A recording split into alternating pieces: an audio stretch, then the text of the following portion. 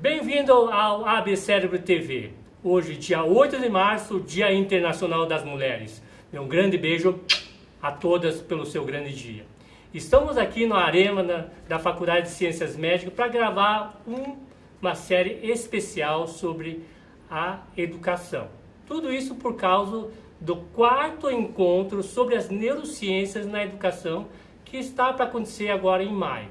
E nós temos aqui conosco o professor Samuel Mendonça. O professor Samuel Mendonça é professor titular da Pontifícia Universidade Católica de Campinas na educação e também coordenador da pós-graduação na educação na modalidade mestrado e doutorado. E também um dos nossos palestrantes do 4º encontro.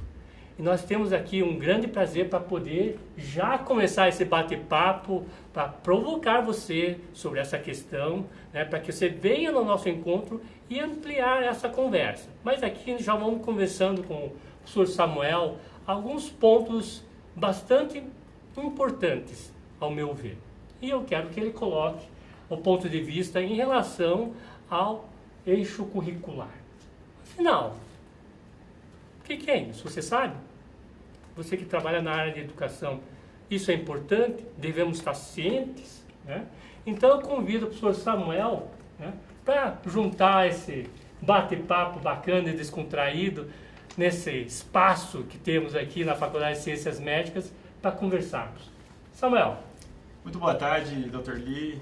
É uma honra, em primeiro lugar, receber esse convite para participar dessa 4ª edição do evento que vai acontecer em maio, e todos devem se sentir realmente convidados.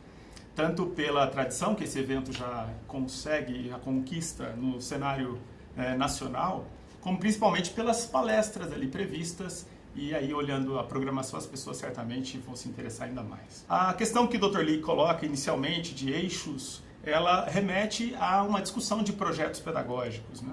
Os cursos de graduação, de formação de professores, nós temos as duas modalidades. Os cursos de professores especificamente voltados para a formação inicial, que são os cursos de pedagogia, é aquele curso em que o estudante ele participa de diversas atividades teórico-práticas, com os pés na sala de aula, entre aspas, para justamente conhecer o ambiente escolar e por meio dessa formação ele está habilitado a lecionar nos anos iniciais, leia-se desde a educação infantil até terminando aí o primeiro ciclo do ensino fundamental. E por outro lado nós temos as licenciaturas. As licenciaturas que estão ligadas aos diversos cursos, aos diversos saberes do chamado Ensino Fundamental 2, né, que vai aí do 6º ao 9º ano. Muito bem, nessa distinção nós já temos aí uma distinção que vem da legislação e que vai, de certo modo, para os cursos, para as diversas universidades do país, centros universitários, enfim, as faculdades isoladas, os diversos espaços que formam, enfim, esses professores. E há uma distinção muito precisa em relação aos cursos de formação inicial, leia-se, então, os cursos de pedagogia e os cursos, no caso de licenciatura. São os professores que vão se formar, por exemplo, em matemática, geografia, história, ciências, efetivamente, etc. Muito bem.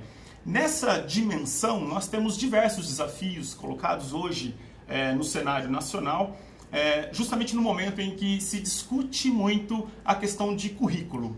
Isso por quê? Porque as demandas que as crianças têm hoje são muito diversas, muito diferentes das demandas que os jovens tiveram nos anos 80, nos anos 90, para dar um exemplo singular. Muito bem.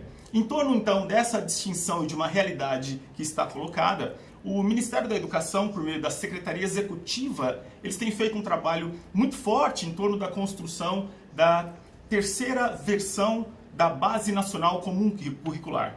Essa construção está sendo feita porque a 2ª versão está disponível no portal do MEC, inclusive, foi construída por meio da participação de diversos atores da educação nesse país, sejam professores, gestores e a própria sociedade, e a 3ª versão está sendo construída agora com especialistas chamados a várias reuniões em Brasília, no MEC, e, portanto, uma reformulação em que o cuidado tem sido efetivamente os anos iniciais e o Fundamental 2. Quer dizer, esse é um pouco o recorte, eu diria, do panorama de como a legislação hoje tem cuidado da formação. É evidente que tem uma distinção entre aquilo que se pensa como política e aquilo que se realiza nos cursos. Tem uma distância. E aí, uma análise que se pode fazer a partir de diversas pesquisas é justamente da eficácia desses cursos. Um elemento objetivo que a gente pode pensar para verificar se esses cursos estão ou não estão fazendo aquilo que a legislação prevê, são o sistema mesmo de avaliação desses cursos, o chamado ENAD. Então, por meio dessa avaliação, os cursos eles são instados a ter aí o seu comprometimento em relação a conteúdos, a práticas pedagógicas que levem efetivamente para a sala de aula conteúdos e uma formação sempre melhor para as nossas crianças.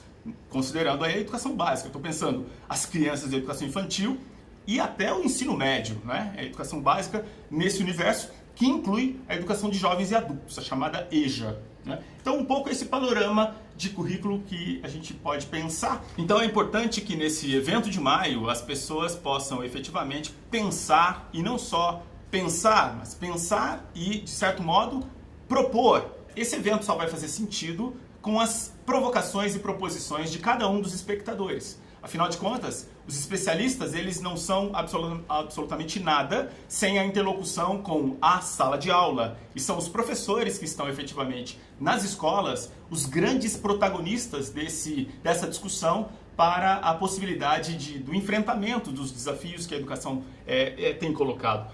Um aspecto singular nesse sentido é que se fala muito, um eixo também desse evento, é a questão da inclusão.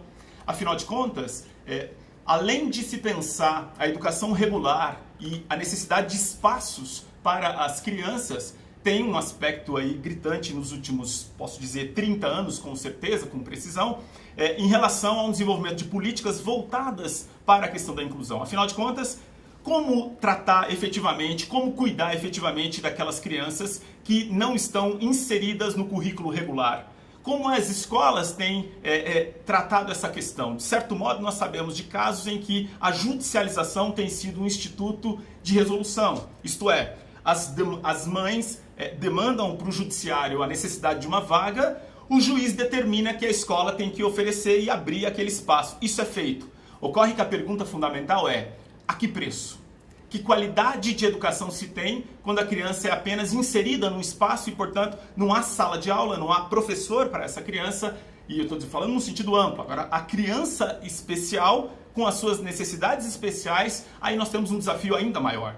Desafio esse que não vai ser equacionado pelo poder público sem o envolvimento da sociedade. Por isso o clamor para que a gente pense juntos essas questões ligadas à educação, em especial à inclusão.